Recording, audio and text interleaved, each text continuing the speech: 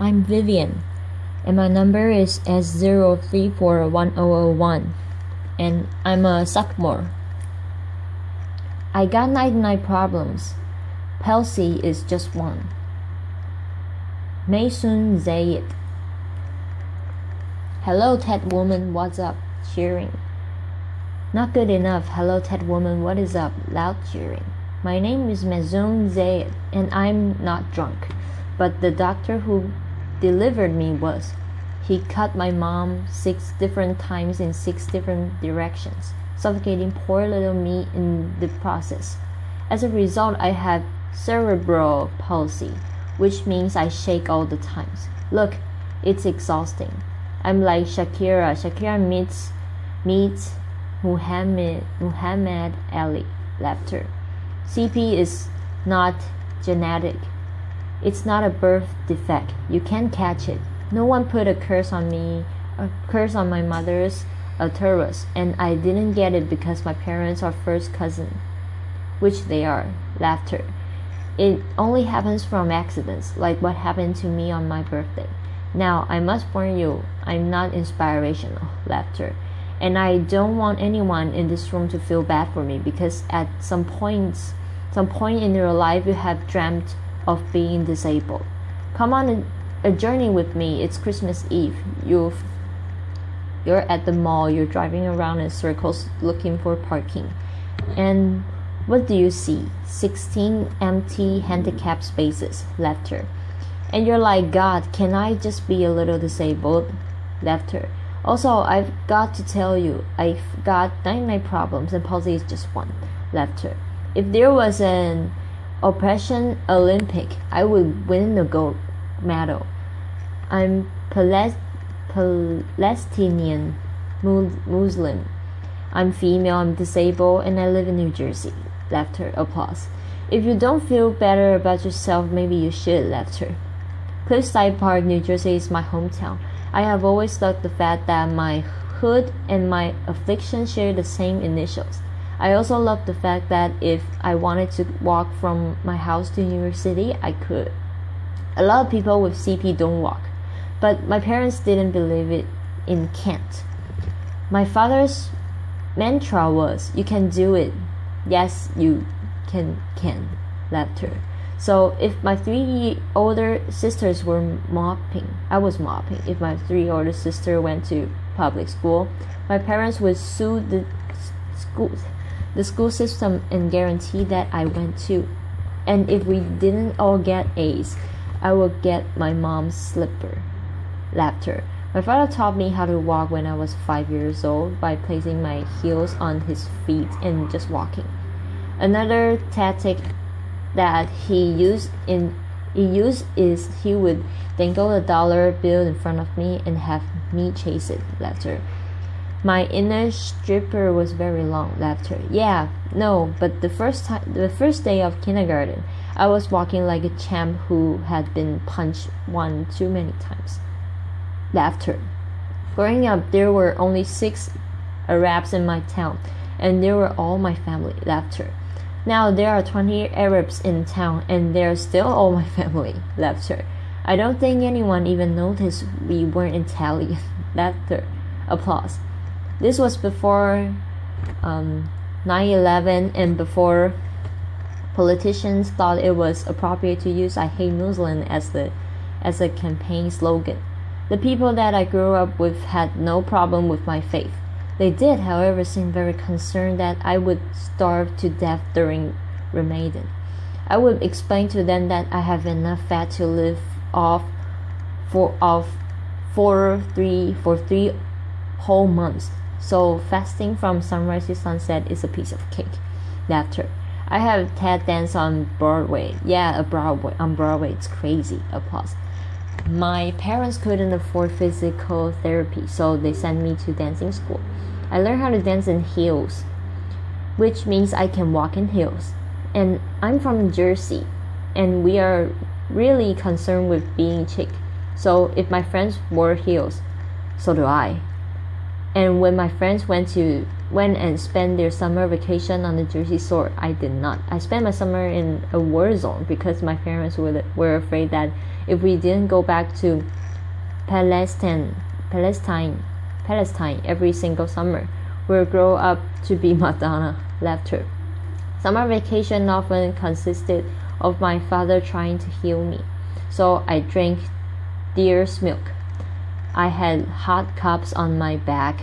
I was dunked in the Dead Sea, and I remember the water burning my eyes and thinking, it's working. Laughter. But one miracle cure we did find was yoga.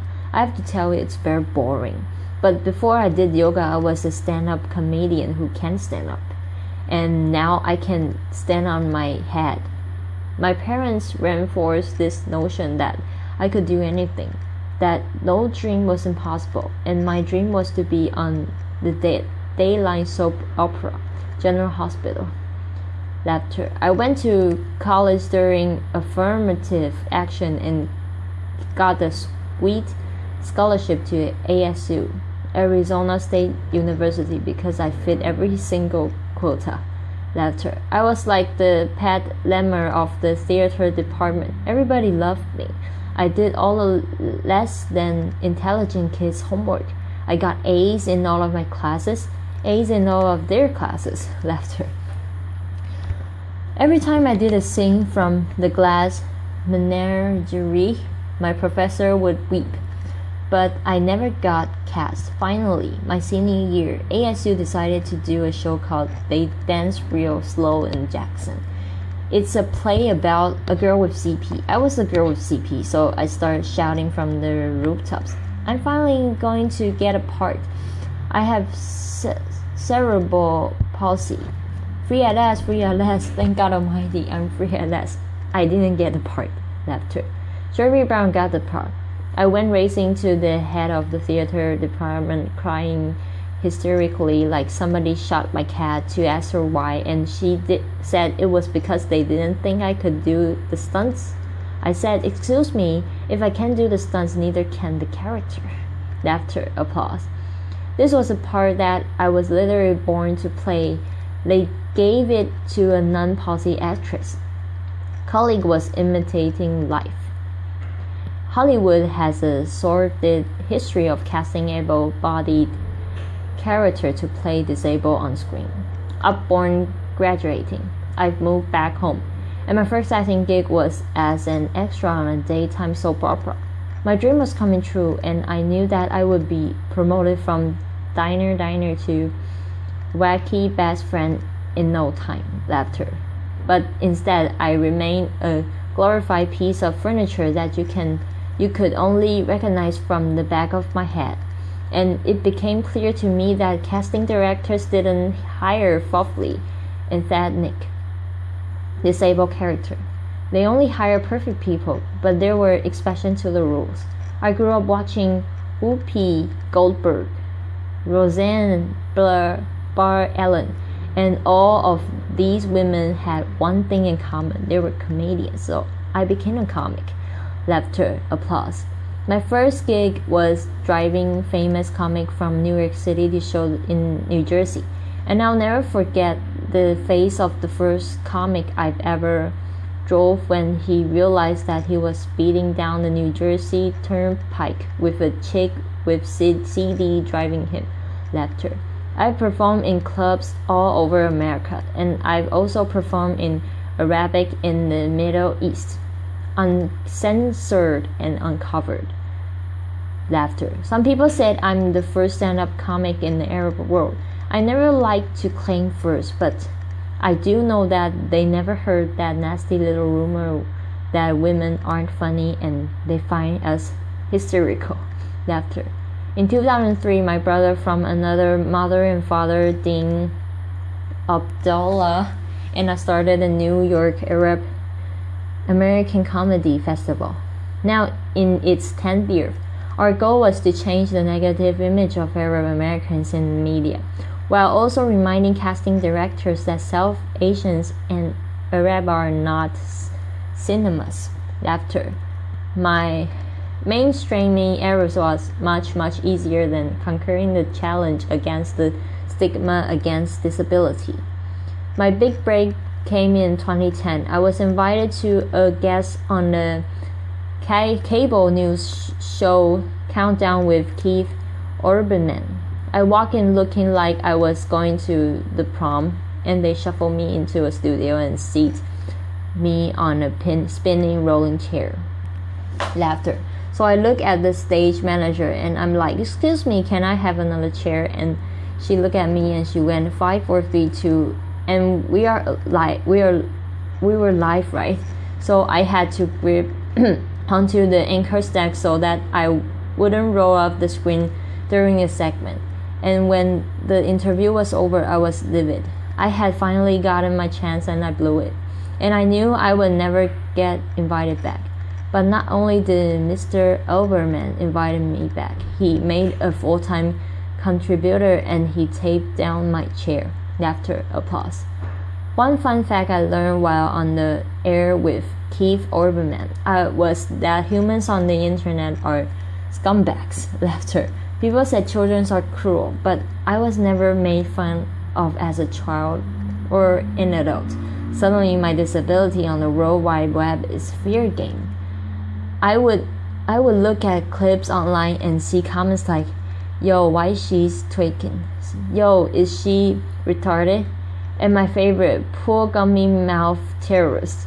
What does she suffer from? We should really pray for her."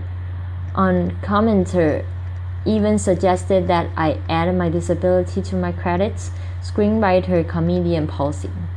Disability is as visual as race. If a wheelchair user can play Beyonce, then Beyonce can play a wheelchair user. The disabled are the largest. Yeah, clap for that, man. Come on, applause. People with disabilities are the largest minority in the world, and we are the most underrepresented in entertainment. The doctor said that I wouldn't walk, but I'm here in front of you. However, if I grew up with social media, I don't think I would be. I hope that together we can create more positive images of a disability in the media and in everyday life. Perhaps if there was more positive image, it would foster less hate on the internet. Or maybe not. Maybe it still takes a village to teach our children well. My crooked journey has taken me to some very spectacular places. I got to walk the red carpet flanked by soap diva Susan Lucy and the ironic Lauren Arbus. I got to act in a movie with Adam Sandler and work with my idol, the amazing Dave Matthews. I toured the world as a headliner on Arab Gone Wild. I was a delegate representing the great state of New Jersey at the 2008 DNC.